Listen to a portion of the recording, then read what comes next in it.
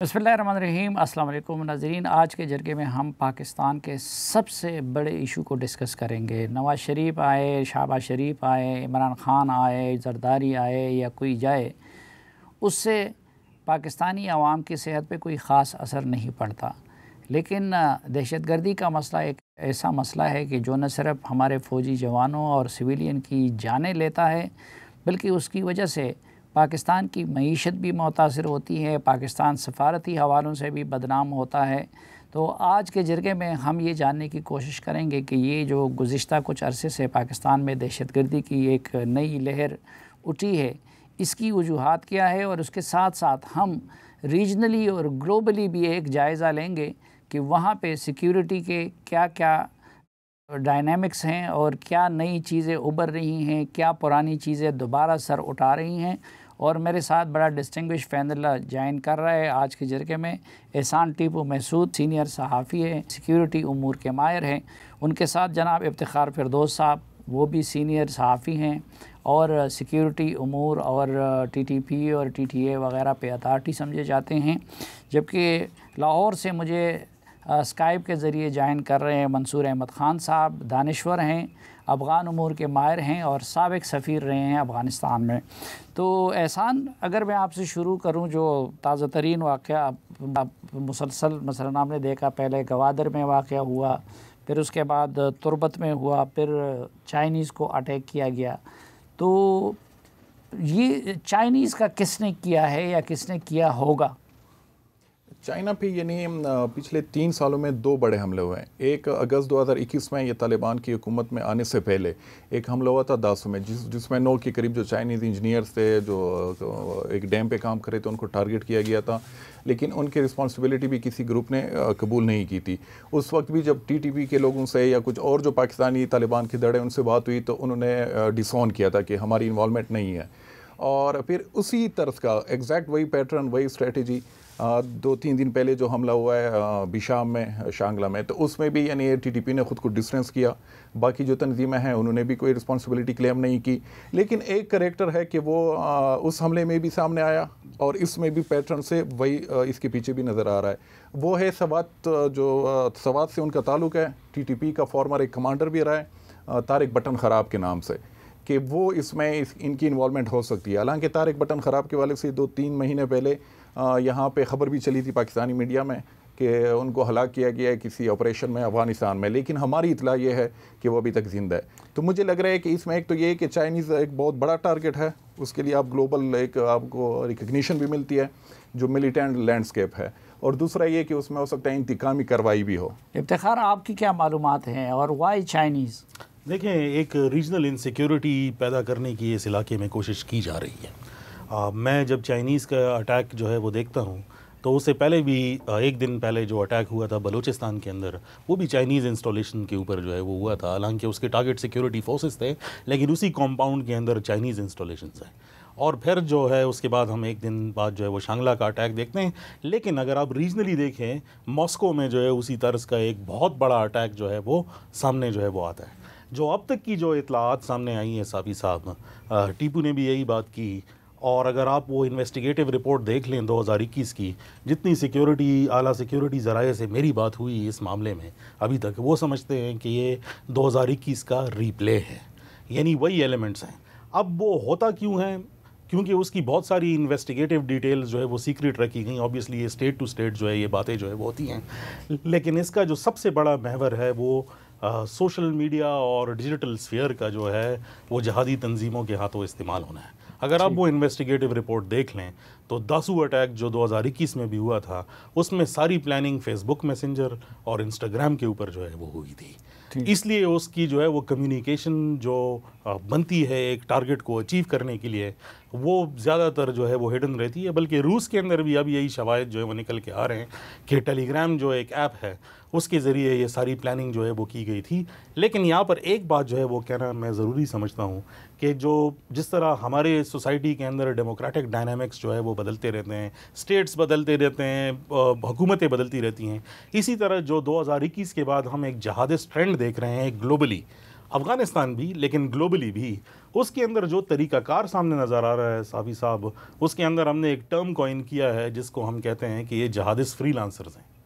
जहादिस freelancers ये हैं कि अगर उनका जो है टारगेट किसी और ग्रुप के साथ या तंजीम के साथ भी जो है वो ताल्लुक़ रखता है और उसकी अचीवमेंट के लिए वो पूरा कर सकते हैं, तो वो जाकर ये अपने ऑपरेशंस जो है वो सक्सेसफुली करते हैं। इसलिए जो उनका लीड ग्रुप होता है वो कभी वो क्लेम नहीं रहता। लेकिन ये कहना कि इसके अंदर कोई ग्रुप नहीं है या कोई लोग इन्वॉल्वमेंट नहीं थे, शायद कोई नई एंटिटी निकल के आए लेकिन प्लेयर्स वही पुराने साबित होते हैं।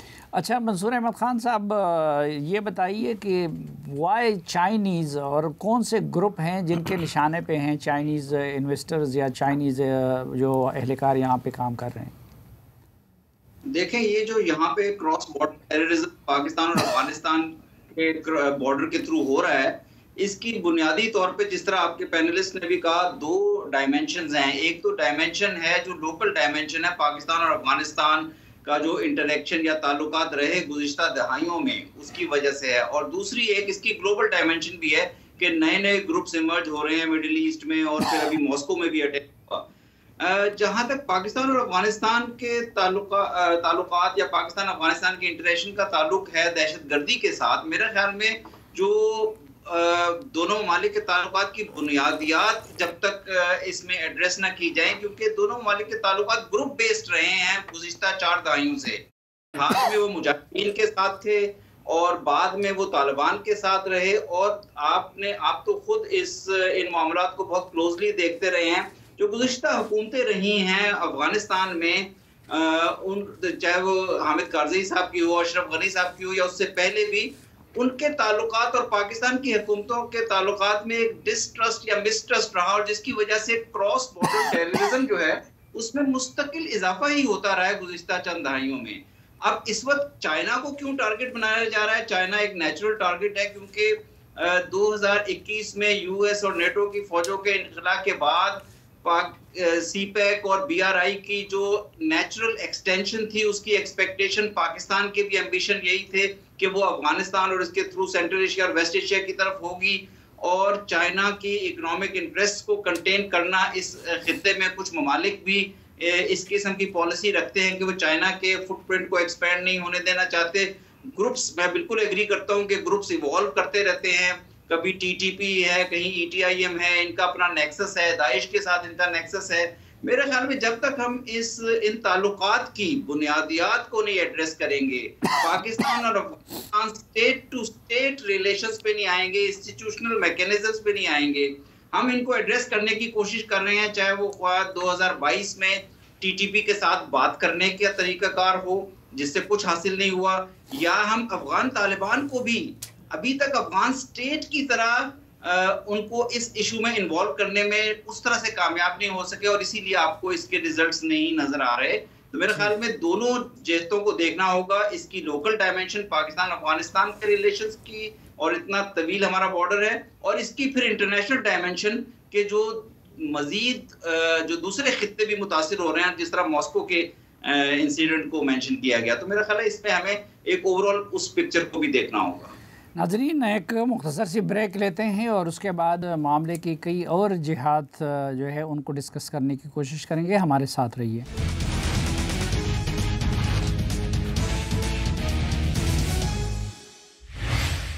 एक बार फिर खुशामदीद आपको जिरगे में। एहसान, ये जो इफ्तिखार फिरदौस जिक्र कर रहे कि जो जिहादिस्ट नए ट्रेंड्स हैं वो इस रीजन में सामने आ रहे हैं, तो वो क्या नए ट्रेंड्स हैं? हाँ एग्जैक्टली वो चीज़ हमने देखी, यानी टीटीपी के हवाले से कि 2020 के बाद हमने टीटीपी को एवॉल्व होते हुए देखा। वो जो पुरानी टीटीपी थी उनकी जो स्ट्रेटजी, आइडियालॉजी, उन्होंने ख़ुद को उससे दूर रखा। बल्कि मुफ्ती नूर वली महसूद की जो किताब है उन्होंने ख़ुद बहुत ज़्यादा क्रिटिसाइज़ किया उस पॉलिसी को हकीमुल्लाह महसूद के हवाले से। और उसमें हमने ये ट्रेंड भी देखा कि हमलों में सिविलियन को वो अवॉइड करते हैं, और ज़्यादातर जो टारगेट होते हैं तो वो सिक्योरिटी फोर्सेस के लोग होते हैं, उनके लिए वो टर्म यूज़ करते हैं बावर्दी अफराद। तो ये एक नया ट्रेंड है। प्रोपेगेंडा फ्रंट पे हमने देखा है कि उनका जो प्रोपेगेंडा है वो बहुत डाइवर्स हो गया है। सोशल मीडिया की जितनी भी फोरम्स हैं, इंस्टाग्राम हो, फेसबुक हो, ट्विटर हो, टिकटॉक पे उनकी प्रेजेंस बहुत वो है, हम अक्सर उसको वो करते हैं, इग्नोर करते हैं। टेलीग्राम पे भी जो इनक्रिप्टेड कम्युनिकेशन चैनल्स हैं उस फ्रंट पे भी, और फिर उन्होंने जो एडमिनिस्ट्रेटिव एक सेटअप बनाया है कि पहले तो ये था कि सिर्फ बंदूक उठाओ और लड़ाई शुरू कर दो, तो अभी यानी जो उनके मीडिया के लोग हैं, उमर मीडिया के जो लोग हैं, तो वो खालिद सिर्फ मीडिया का काम करेंगे, वो फील्ड में नहीं जाएंगे लड़ने के लिए। तो उन्होंने डिस्टिंग्विश किया है एडमिनिस्ट्रेटिव सेटअप को भी, मुख्तलिफ मिनिस्ट्रीज़ उन्होंने बनाई है, उसमें फाइनेंस मिनिस्ट्री भी है, उसमें उनका सो कॉल्ड वजारत दिफा भी है, और गवर्नर्स उन्होंने अपॉइंट किए, और एग्जैक्ट वही मॉडल है जो हमने माजी में अफगान तालिबान का देखा था जब वो एक इंसर्जेंसी हुआ करते थे।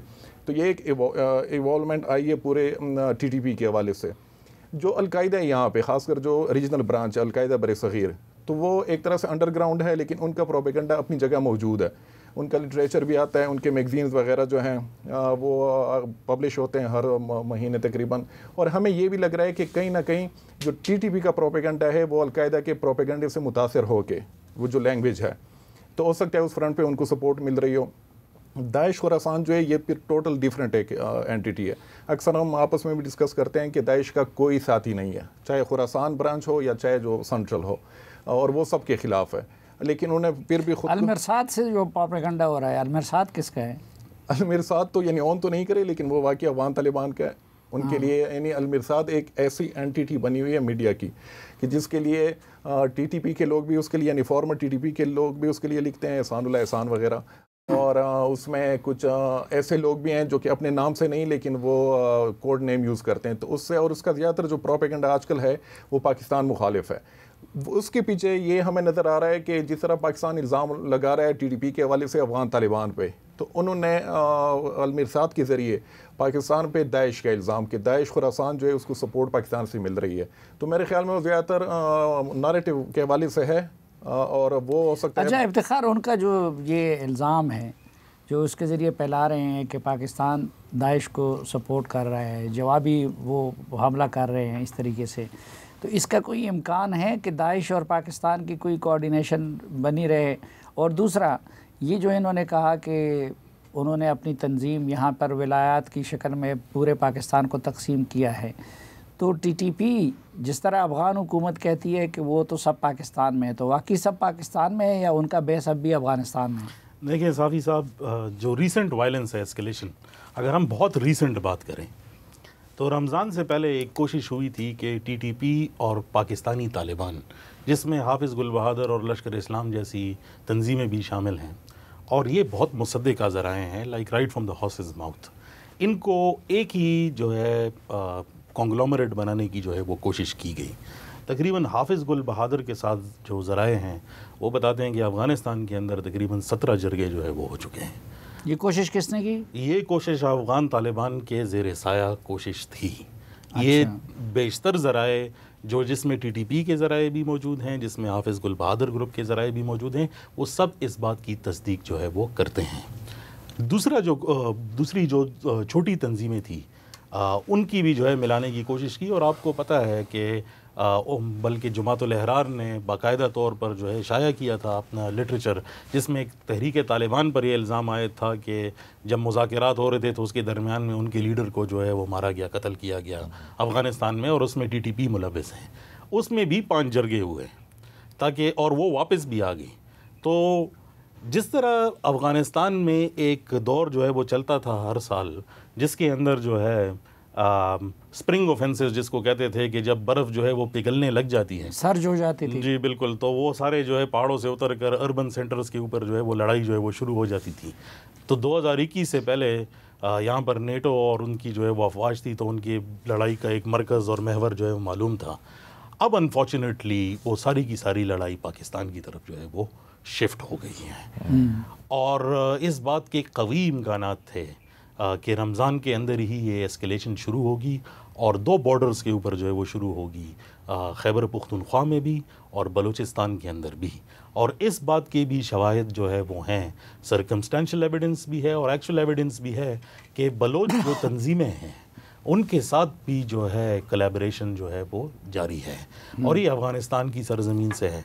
जहाँ तक तो इसकी पॉसिबिलिटी है कि ये जो बलूचिस्तान में वाक़यात हुई हैं उसमें बलोच मिलिटेंट के साथ कोई TTP की कोलैबोरेशन भी हो? देखें, ये तो हम, यानी उनके जो वली महसूद, उन्होंने बाकायदा तौर पर इंटरव्यू में खुद इस बात की जो है वो कॉन्फर्मेशन दी है कि मेरी ख्वाहिश है कि उनके साथ जो है कोलैबोरेशन हम करें। तो ऐसा नहीं है कि ये हो नहीं सकता या इसकी पॉसिबिलिटी जो है वो नहीं है, बल्कि इसके आसार भी हैं। लेकिन इसको फॉर्मलाइज्ड मैकेनिज़्म करने से साफ़ी साहब आप भी समझते हैं कि जो बलूचिस्तान और खैबर पुख्तूनख्वा के इलाके हैं, यहाँ पर ज़्यादातर रिलेशनशिप्स इनफॉर्मल होते हैं। ट्राइबल्स जो होते हैं दोनों तरफ पर, बलूचिस्तान में भी, केपी में भी और अफ़गानिस्तान में भी, ये इंटर मैरिजेस के ज़रिए एक दूसरे के करीब जो है बढ़ने हैं। अगर आप इन सारे मिलिटेंट ऑर्गेनाइजेशंस की इंटर फैमिली मैरिजेस देख लें तो आपको क्लियरली एक नेक्सस जो है वो आना शुरू हो जाता है कि कौन किसके साथ। ये जो दाइश का इल्ज़ाम है उनका, उसमें कोई वज़न नज़र आता है? देखिए, मेरे ख्याल में जब अफ़गानिस्तान भी इल्ज़ाम लगाता है कि पाकिस्तान के अंदर जो है दाइश है, और पाकिस्तान जब इल्ज़ाम लगाता है कि अफ़गानिस्तान के अंदर दाइश है, दाइश चाहती यही है कि ये इल्ज़ाम लगे। क्योंकि अगर आप इनका लिटरेचर पढ़ लें और जो उनकी एक्चुअल किताब है जिसमें दाइश ने 2020 में जो है वो छापी और उसमें उनका 8 साला मंसूबा है, उसमें सबसे पहली बात यही लिखी है कि फ्रेंडली ममालिक जो रीजन में है, और ये दाइश खुरासान के अपने लीडर ने लिखी शहाबुल महाजर की किताब है जो उनका 8 ईयर्स प्लान है, वो चाहते हैं कि क्रॉस नेशनल्स जो हैं, यानी अफ़गानी जो है वो आकर पाकिस्तान के अंदर अटैक करे, पाकिस्तानी जाकर किसी और मुल्क में करें, और इसके ज़रिए जितना इनका जो बॉर्डर के ऊपर टेंशन रहेगा तो उनको सेफ्टी जो है वो मिलेगी। इसका भी सबूत है क्योंकि जो पाकिस्तान में जलालाबाद काउंसलेट के ऊपर और पाकिस्तानी जितने भी एसेट्स थे अफ़गानिस्तान में जो दाइश ने अटैक्स किए हैं, उनमें सब के सब जो है वो ज़्यादातर इंडियन नेशनल्स थे। तो वो ये चाहते हैं, अब जब मॉस्को के अंदर उन्होंने जो है ताजिक को इस्तेमाल किया, पाकिस्तान के अंदर भी ताजिकिस्तान के इस्तेमाल किया, बल्कि अफ़गानों को भी इस्तेमाल किया, इसी तरह कल किसी और ममालिक में कोई और क्रॉस नेशनल चला जाएगा, तो ये जो एक सिचुएशन बन जाती है तो इसमें पॉलिटिकल इश्यूज आ जाते हैं, इमिग्रेंसी का प्रॉब्लम आ जाता है। हम देख रहे हैं कि हमारे यहाँ से अफ़गानियों को जो है निकाल कर जो है वो वापस भेजा जा रहा है। दूसरा, रशिया के अंदर ताजिकी और जो है उज़्बेकियों के ऊपर जो है क्रैक, बल्कि आज उन्होंने ऑफिशियली पब्लिश किया कि सबको वेट करें दोबारा कि किसको रशिया में रहना चाहिए नहीं रहना चाहिए। ये जो इसके पॉलिटिकल प्रॉस्पेक्ट्स हैं, और साइमल्टेनियसली जो है वो कहते हैं ये अमेरिका ने किया, अमेरिका कहता है दाइश ने किया, वो कहते हैं कि इसमें यूक्रेन इन्वॉल्व है। इस किस्म की टेंशन्स चाहते हैं ये लोग क्योंकि वो नेशनल बाउंड्रीज़ को नहीं मानते। जब सरहदों पे लड़ाई होगी ये ग्रुप्स जो है वो फर्दर एक्सपैंड होंगे। अच्छा मंसूर अहमद ख़ान साहब, हमारे यहाँ तो बड़ा जश्न मनाया गया था अफ़गान तालिबान की फ़तह पे, और यहाँ पे ये तासुर था कि अफ़गान तालिबान आएंगे तो पाकिस्तान के लिए तमाम ख़तरात का ख़ात्मा कर देंगे, लेकिन मामला उलट हो गया। तो इसकी क्या वजह है? अफ़गान तालिबान से हमारी तवक्कुआत बे जाती या कि नहीं, वो किसी और वजह से तालिबान को, TTP को पाकिस्तान में सर्ज मिल गया?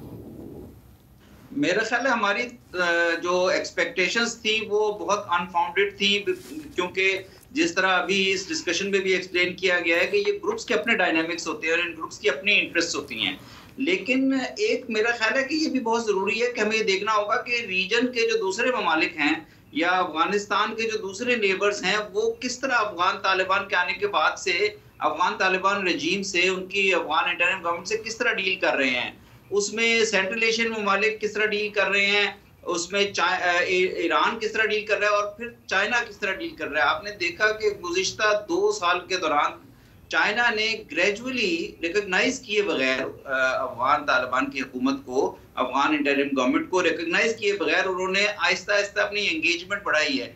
चाइना का ये समझा जाता है कि बहुत इंपॉर्टेंट इकोनॉमिक इंटरेस्ट है अफगानिस्तान में, लेकिन सबसे बुनियादी इंटरेस्ट चाइना का अगर आप उनसे पूछें तो चाइना का सबसे बुनियादी इंटरेस्ट ये है कि वो ETIM की कार्रवाइयाँ, ETIM के खात्मे के लिए अफगान हुकूमत का ताउन चाहते हैं। और उन्होंने गुज़िश्ता 2 साल के दौरान इतनी ज़्यादा इंस्टीट्यूशनल एंगेजमेंट इस्टेब्लिश की है अफगान इंटरिम गवर्नमेंट के साथ कि किसी तरह से भी वो अपने इस इंटरेस्ट को सिक्योर कर सकें, क्योंकि उन्हें पता है कि जब यहाँ पे मुख्तलिफ ग्रुप्स की प्रोलिफरेशन होगी और ग्रुप्स के आपस में ताल्लुकात में इजाफा होगा तो ETIM के भी इन तमाम ग्रुप से ताल्लुकात हैं, चाहे वो TTP हो, चाहे वो दाइश हो या अल-कायदा या IMU हो। तो इसलिए बहुत ज़रूरी है मेरा ख्याल, जो आप जिस चीज़ की तरफ आपने इशारा किया है, जो बुनियादी गलती या कोताही पाकिस्तान से हुई है या हो रही है वो ये है कि हम उनके साथ बतौर हुकूमत एक इंस्टीट्यूशनल मैकेनिज्म्स इस्टेब्लिश करने की पोजीशन में नहीं है।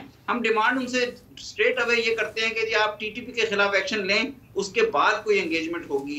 ये अप्रोच शायद रिजल्ट नहीं दे सकेगी। मेरा ख्याल है कि बहुत ज़रूरी है कि उनके साथ एक ब्रॉडर डायलॉग शुरू किया जाए, उसमें रिजल्ट्स आने में टाइम भी लग सकता है, लेकिन अफगान पाकिस्तान के सिक्योरिटी के अलावा भी डायनेमिक्स हैं अफगानिस्तान और पाकिस्तान के लोगों के ताल्लुकात के, तिजारती ताल्लुकात के। इस सारे इशू को एक ब्रॉडर एजेंडा के जरिए अगर पाकिस्तान एड्रेस करने की कोशिश करे तो शायद बेहतर रिजल्ट आ सकते हैं। ये डायनामिक्स मौजूद हैं बिल्कुल टेररिस्ट ग्रुप्स के यहाँ पे, और ये डायनामिक्स और ज्यादा वक्त के साथ साथ खतरनाक होते जा रहे हैं। और इसके अलावा इंटरनल, आपने ये सिर्फ क्रॉस बॉर्डर इशू नहीं है, पाकिस्तान के अंदर इंटरनल सिक्योरिटी पे भी मेरा ख्याल है ज्यादा फोकस होना चाहिए।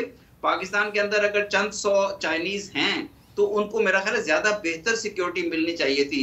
जो फुटेज आई थी, एक गालिबन जियो ने भी शो की थी, उसमें एक बस जो जा रही थी जिसमें ये लोग जा रहे थे, उसके आगे पीछे मुझे कोई सिक्योरिटी नहीं नजर आई। मेरा ख्याल है कि बहुत जरूरी है कि उनके जो लोग यहाँ पे वर्कर्स हैं, इंजीनियर्स हैं, जो उनके टीचर्स हैं, यहाँ पे मुख्तलिफ कंपनियों में जो लोग काम कर रहे हैं, उनको ज़्यादा बेहतर सिक्योरिटी देने की ज़रूरत है। ठीक है नाज़रीन, एक मुख्तसर सी ब्रेक लेते हैं और अफ़गानी और पाकिस्तानी ताल्लुकात और कई दीगर मौज़ूआत पर भी बात करेंगे अपने मेहमानों के साथ। हमारे साथ रहिए।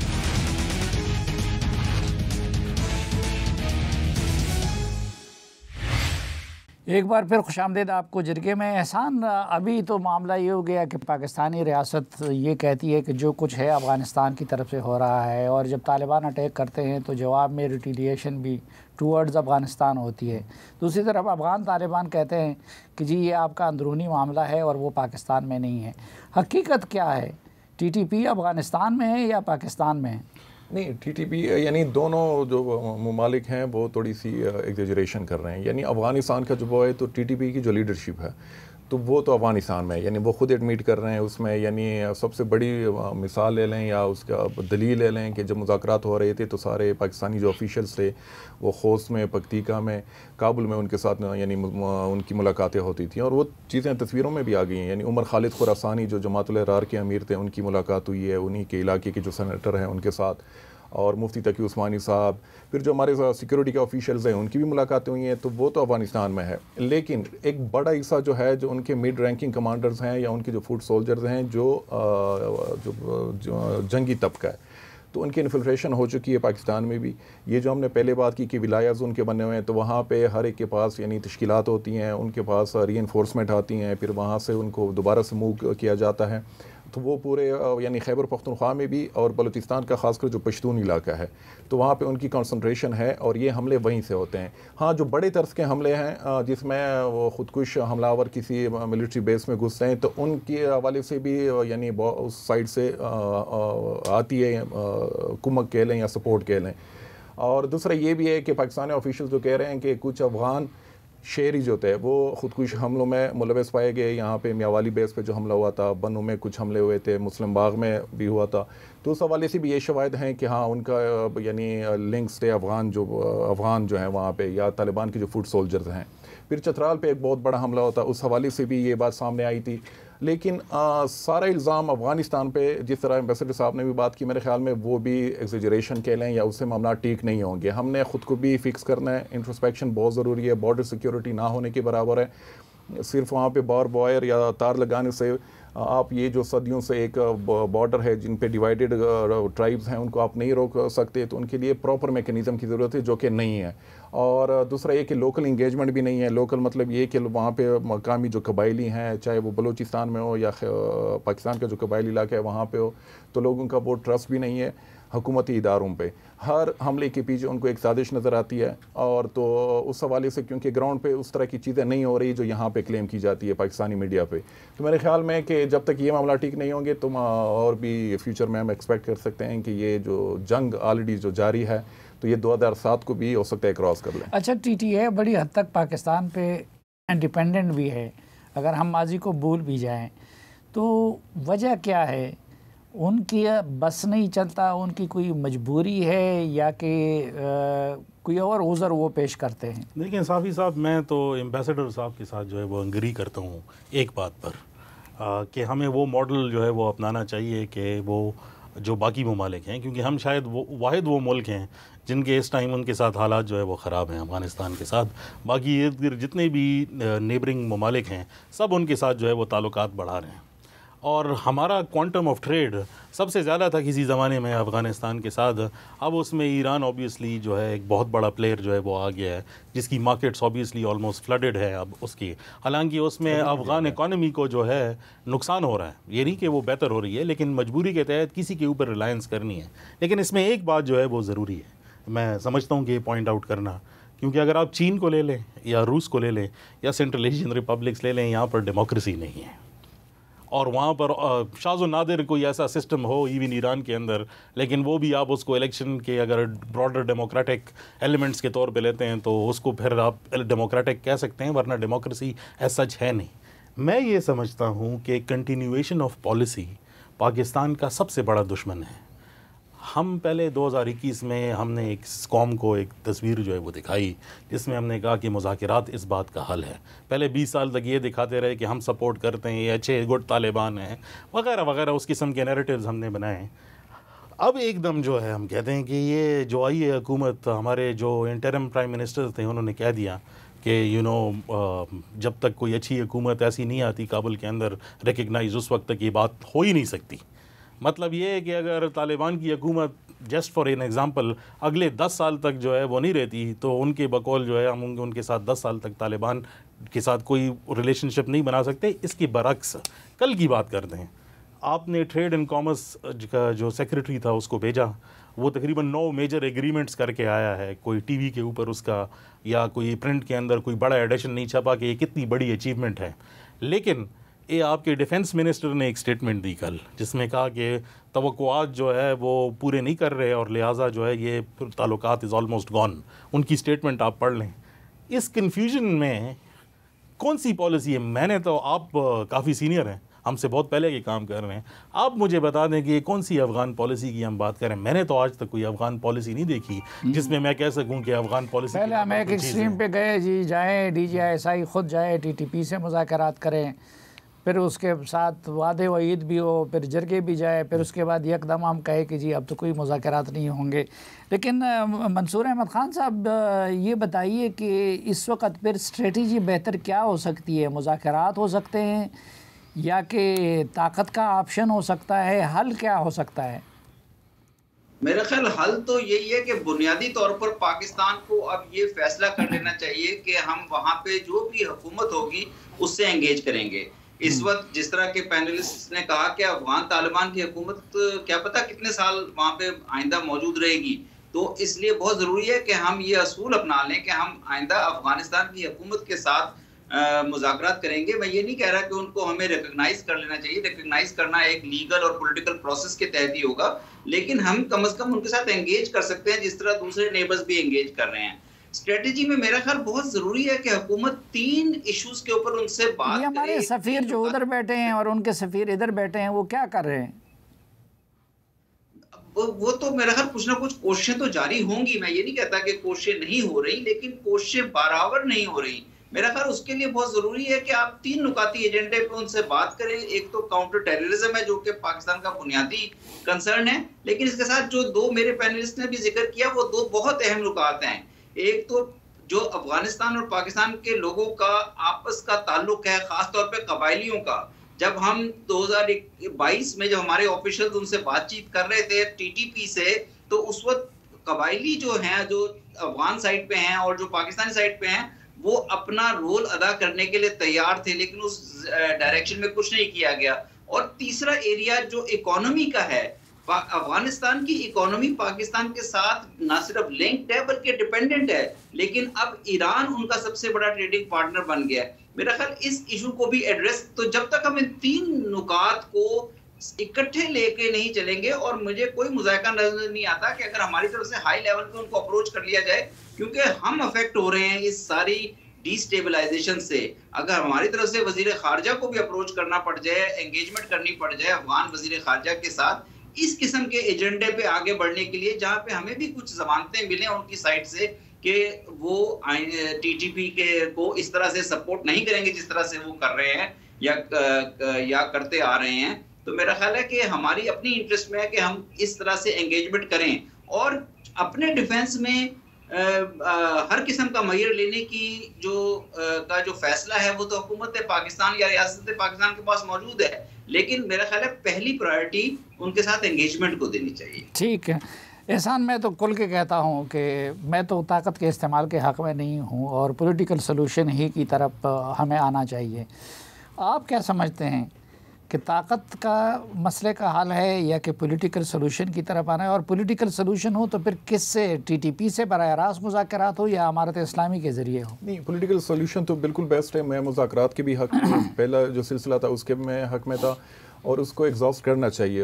अगर उसके नताइज ना निकले तो फिर तो आपके पास एक ही ऑप्शन बनता है, वो सीटी यानी यही यूज़ ऑफ फोर्स का है। लेकिन मुझे फ़िलहाल नहीं लग रहा है कि अफ़गान तालिबान नियर फ्यूचर में भी यानी उसको अबैंडन करेंगे टीटीपी को। बल्कि इसकी एक मिसाल के 2-3 दिन पहले ऑडियो आई है जो अफ़गान तालिबान के अमीरुल मोमिनीन है मुल्ला हिबतुल्लाह साहब की तरफ से, तो उसमें उन्होंने एग्जैक्ट वही बातें की हैं जो अक्सर हम डिस्कस करते हैं कि अपनी आइडियालॉजी से हम 1 इंच भी पीछे नहीं हटेंगे। 20 साल हम मगरब के ख़िलाफ़ लड़े हैं, मज़ीद 20 साल भी लड़ने के लिए तैयार है। और हम जो हदूद नहीं, वो तो उन्होंने दाखिली सूरत-ए-हाल पे कही है ना, टीटीपी से मुतालिक तो उसमें नहीं है। नहीं, दाखिली में फिर यही है कि वो टीटीपी जो है वो उसका बैतशुदा है, यानी उसके बैत पे, तो उसमें तो ये भी है शरिया में कि जो आपके हाथ पे बैत कर लें तो आप उसको प्रोटेक्शन भी देंगे, उसको रिफ्यूज भी देंगे, उसको हर तरह से सपोर्ट आप देंगे।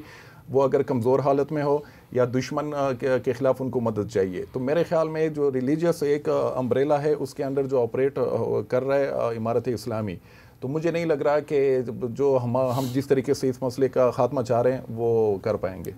आप क्या समझते हैं इफ्तिखार? सफ़ी साहब, मैं पार्शली जो है वो टीपू के साथ जो है वो एग्री करता हूँ, लेकिन मैं नहीं समझता कि पाकिस्तान और अफ़गानिस्तान के ताल्लुकात का हल जो एक्सटर्नल रेलेवेंस है उसकी, जो सीटी की बात, काउंटर टेररिज्म की उन्होंने बात की, मेरा नहीं ख्याल कि ये दोनों ममालिक मिल के जो है वो हल कर सकते हैं, क्योंकि ये मसला पैदा हुआ सिर्फ़ इन दोनों ममालिक का नहीं है। इसके अंदर बहुत ब्रॉड स्पेक्ट्रम किस्म का डायलॉग जो है वो चाहिए। अगर तो रीजन को आपने सिक्योर करना है तो इसके लिए एक रीजनल बॉडी चाहिए। और आपने देखा कि चाइना, रशिया, ईरान, इन जैसी ताकतों को भी इन्वॉल्व करना। एक बहुत सीनियर यूएस डिप्लोमेट से जो अफ़गानिस्तान को डायरेक्टली देख रहे थे, वो पाकिस्तान के दौरे पर थे, उनसे मैंने ये बात की तो उन्होंने कहा कि प्रॉब्लम जो है वो रीजनल है लेकिन सलूशन जो है वो रीजनल नहीं है। जब तक हम नहीं चाहेंगे तब तक इसका सलूशन नहीं निकल सकता। मेरे ख़्याल में जो अफ़गान तालिबान के बारे में हम बात करते हैं, लेकिन अफ़गानिस्तान की हुकूमत को यानी अफ़गान तालिबान को किसने सस्टेन रखा हुआ है, वो एलिमेंट कौन है जिसने सस्टेन रखा हुआ है? मेरे ख़्याल में जब तक कि उस ग्लोबल पावर को और रीजनल पावर्स को मिलकर डिप्लोमेटिकली, और ये आज जो है जो बाइडन ने ख़त लिखा है which is an opening towards के है अमेरिका ताल्लुकात के हवाले से, आज ही जो है वो उनके जो तर्जुमान हैं अमरीकी हुकूमत के, उन्होंने जो है इस बात की जो है तस्दीक की है कि अफ़गानिस्तान की सरज़मीन जो है वो इस्तेमाल हो रही है। मेरे ख़्याल में एक डिप्लोमेटिक लेवल का प्रेशर के बग़ैर इसका सलूशन जो है वो नामुमकिन है। ठीक, मंसूर अहमद खान साहब, आप क्या समझते हैं, क्या हल होना चाहिए, वे फॉरवर्ड? मेरे ख्याल में भी जी देखें, सोल्यूशन तो रीजनल अप्रोच ही है। रीजनल अप्रोच के लिए भी ज़रूरी होगा कि पाकिस्तान और अफगानिस्तान के बायलैटरल रिलेशंस भी इम्प्रूव हों, लेकिन रीजनल अप्रोच के अंदर अपनी कॉम्प्लिकेशंस हैं। पाकिस्तान और इंडिया एक दूसरे के साथ उनके ताल्लुकात ठीक नहीं हैं, दूसरे और ममालिक के साथ भी आपस में उनकी रंजिशें हैं, लेकिन अगर उनको ओवरकम भी कर लिया जाए किसी एक कॉमन ग्राउंड पे, तो जो ग्लोबल पिक्चर है जिसमें यूएस और चाइना की जो टसल है या राइवलरी है जिसका अभी इन्होंने जिक्र भी किया, तो मेरा ख्याल है उसके लिए ग्लोबल पावर्स का एंगेज होना भी बहुत जरूरी है। तो बहुत कॉम्प्लेक्स मसला है, ग्लोबल पावर्स का एंगेज होना भी जरूरी है, रीजनल प्रोसेस भी जरूरी है, लेकिन मेरा ख्याल है बुनियादी जो नुक्ता जो पाकिस्तान की अपनी इस्तिताअत में है वो ये है कि उनके साथ हम अपने बायलैटरल रिलेशंस तो पहले इंप्रूव करें, बायलैटरल रिलेशंस को इंप्रूव करने का कोई जरिया तो निकालें इंस्टीट्यूशनल एंगेजमेंट के जरिए। अच्छा एहसान, ये जो हमारे वो ज़रा धमकियाँ दे देते हैं, ताने देते हैं, एहसान फरामोशी के उनको ताने मिलते हैं, तो इसका फ़ायदा होता है या नुकसान होता है? ये जो पाक वन टेंशन, इसको सबसे ज़्यादा जो एक्सप्लॉइट करती है वो टीटीपी खुद करती है। यानी सबसे ज़्यादा 2 ग्रुप्स हैं, गिरोह हैं मिलिटेंट्स के जो इसके बेनिफिशियरीज हैं, एक टीटीपी और एक दाइश खुरासान। तो जिस तरह इफ्तिखार ने बात की कि ये इनको कन्फ्यूजन, इनको ये जो रीजनल टेंशन होती है कि एक मुल्क दूसरे पे इल्ज़ाम लगा रहा है, तो असल जो कोर है उसके पीछे जाते नहीं हैं, तो वो एक दूसरे के पीछे लग जाते हैं। तो टीटीपी इसी में सर्वाइव करती है ये जो पाक अफगान टेंशन, और वो हम देख भी रहे हैं कि अब क्रॉस बॉर्डर यानी हमने हमले किए और उसका जवाब फिर यहाँ पे मिला कि मियांवाली बेस पे इतना बड़ा हमला हुआ, हालांकि उसकी जिम्मेदारी TJP जो तहरीक-ए-जिहाद पाकिस्तान एक नई तंजीम है उसने क्लेम, लेकिन पैटर्न हमें वही नज़र आया जो अलकायदा बरसगीर या TTP की तरफ से यहाँ पे हमले होते थे माजी में। तो मेरे ख्याल में कि जवाब देने चाहिए, यानी वर्बल जवाब अच्छे हैं बजाय ये कि आप काइनेटिक एक्शन की तरफ चले जाएं, लेकिन उसका जो फ़ायदा है वो TTP दाइश जैसी तंजीमें जो हैं वो उठाती हैं। इफ्तिखार, ये जो रिपेट्रिएशन का अमल पहले भी एक सीरीज़ चली और अब एक दूसरा मरहला शुरू हो रहा है, ये इस मामले में मसले को हल कर रहा है या मज़ीद ख़राबी का बायस बन रहा है? देखें, अगर आपकी ये सोच है कि जो तालिबान की हुकूमत है उसको इसके ज़रिए कोई स्ट्रेस मिलेगी या वो आपकी बात जो है वो मान जाएंगे, मेरे ख़्याल में ये खाम ख्याली है। और मैं तो इस बात का जो है हामी हूँ कि अगर आपने एक कौम को जो है 1980 से लेकर अभी तक जो है वो रखा हुआ है, बनिस्बत इसके कि आप उसको कैच करें, आप उनको आखिरी वक्त में जो है वो खफा होकर जो है वो वापस भेज रहे हैं। कल अगर तालिबान की हुकूमत नहीं भी रही, इनकी रंजिशें तो नहीं मिटने वाली कि जो लोग आपने जो है वो वापस भेजें। मेरे ख्याल में एक नी जर्क रिएक्शन जो रिएक्शन होता है साफ़ी साहब, वो कोई पॉलिसी नहीं होती। ठीक, अगर आपने पॉलिसी बनानी है तो फिर स्ट्रेट फॉरवर्ड पॉलिसी बहुत शुक्रिया आप सबका। मंसूर अहमद ख़ान साहब, आपका भी बहुत शुक्रिया। आज हम यूँ समेट सकते हैं कि दरअसल पाकिस्तान की अफ़गानिस्तान से मुतालिक कोई पॉलिसी ही नहीं है, हम सिर्फ रिएक्शन देते हैं मुख्तलिफ़ इंसिडेंट्स को। ज़रूरत इस बात की है कि पाकिस्तान की अफ़गानिस्तान से मुतालिक एक मुस्तकिल पॉलिसी हो, और सबसे बढ़कर ये कि जो अफ़गानिस्तान की इंटरिम गवर्नमेंट है उसके साथ रवाबित उस्तवार किए जाएँ उस लेवल पे जिस लेवल पे दीगर ममालिक ने उनके साथ किए हैं, और ट्रेड को फ़रोग़ दिया जाए, बाहमी राब्तों को फ़रोग़ दिया जाए, और उसमें फिर TTP जैसे मसाइल के हल को तलाश करने की भी कोशिश की जाए, इस दुआ के साथ कि पाकिस्तान और अफ़गानिस्तान में अमन हो और दोनों हकीकी मानों में एक दूसरे के भाई और बरादर मुल्क बने। आज के जर्गे से इजाज़त चाहता हूँ। अल्लाह हाफ़िज़।